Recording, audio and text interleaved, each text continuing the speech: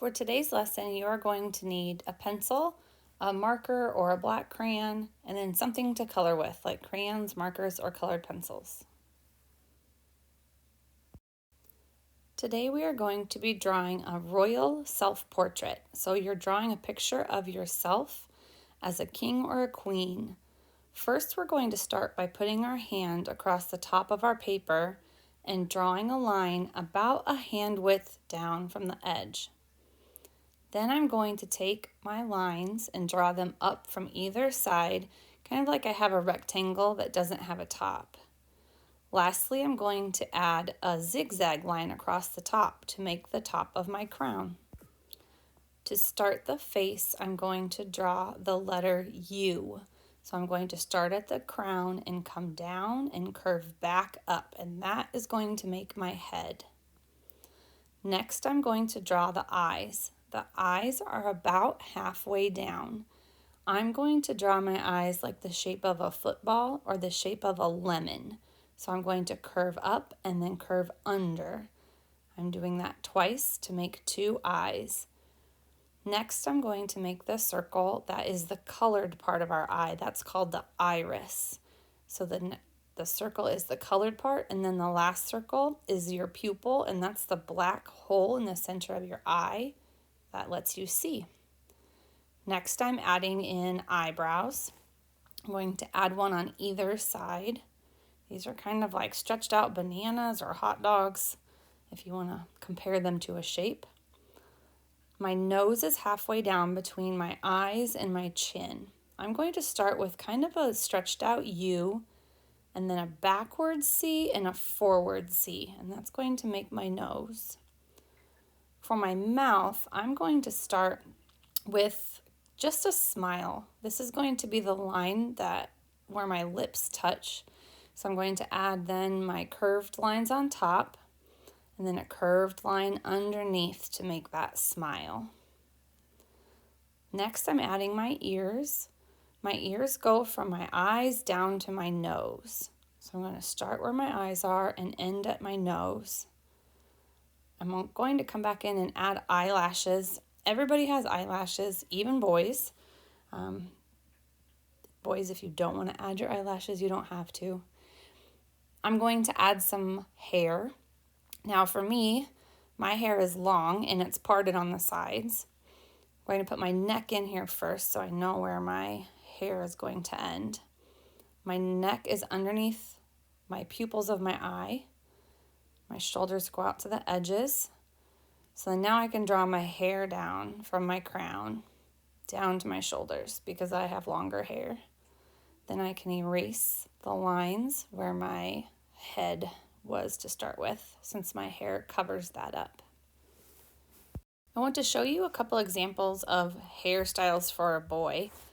Boys with shorter hair, your hair line still starts like at your ears and it comes up along the temple on your face and then across your forehead and then back down. If your hair is a little bit longer, you can still draw some like zigzag or wavy lines on the edges of your head to make it look like your hair is sticking out from underneath the crown.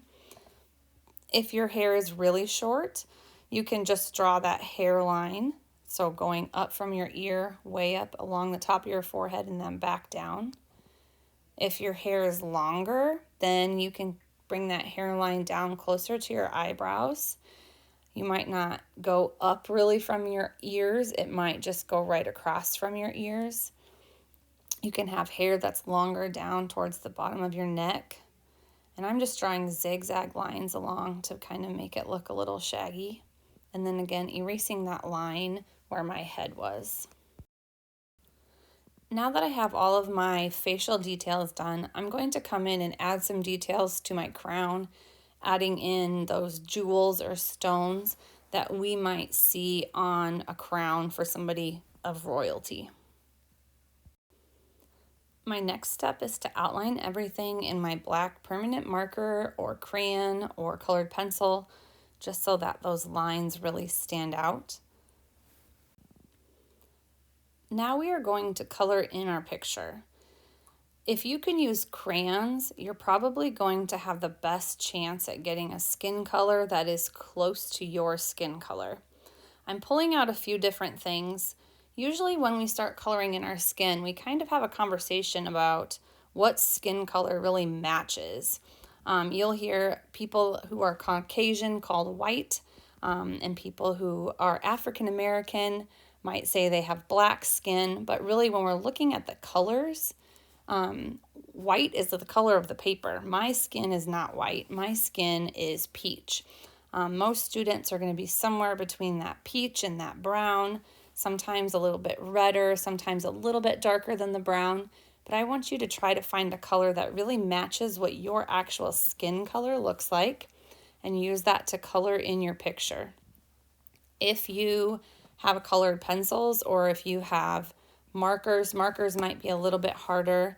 They don't have a lot of skin colors in the basic sets. The colored pencils, you can overlap some brown, some white, maybe a little bit of yellow if you want to.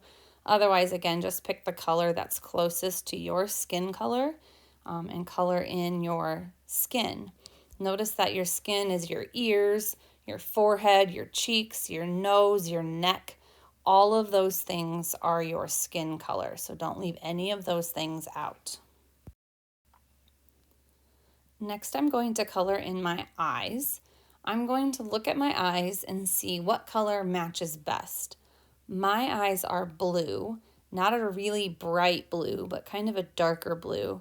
So I'm going to find the darkest blue and color in that circle that was the iris of our eyes. You'll have that black circle in the middle, the iris color around it, which is going to be green or brown or blue or a mixture of brown and green. And then you'll have white on the outside of your eyes. That should stay white. Lip color is a little different.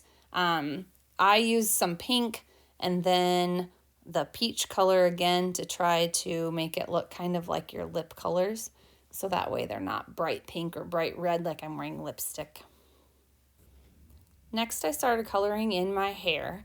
My hair is the hair on my head and my eyebrows. I have blonde hair, which again is a little hard to find a color that matches really well. If you have brown hair, the brown crayon works well. If your hair is really dark, you can use the black or you can use black and brown. I'm going to use the brown and then I'm going to use the peach again. I also have some pink in my hair and some red violet, so I'm actually going to add those colors in too with my crayon to try to make it match the color of my hair the best that I can. The last few details are to color in your crown. I used yellow, but if you have a gold marker or crayon or colored pencil that you want to use, or a different color, you can do that too. You can color those jewels in whatever color you want.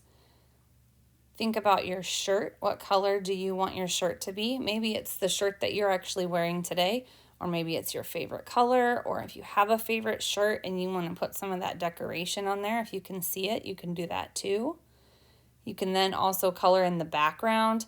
The background can be one solid color. It can be stripes or patterns. Don't forget those other little details too. If you wear glasses, you can add glasses to your picture. If you have earrings, you can put those in. If you wear a necklace all the time, you can add that in. This is supposed to be a picture of you and look like you. So if there are details that I have left out because I don't have those things, you still need to put those in because it is a self-portrait, which is a picture of yourself. Once you are finished, make sure to take a picture and upload it to Artsonia. Again, if you have any questions about your assignment, please reach out to your art teacher and we will be happy to help you.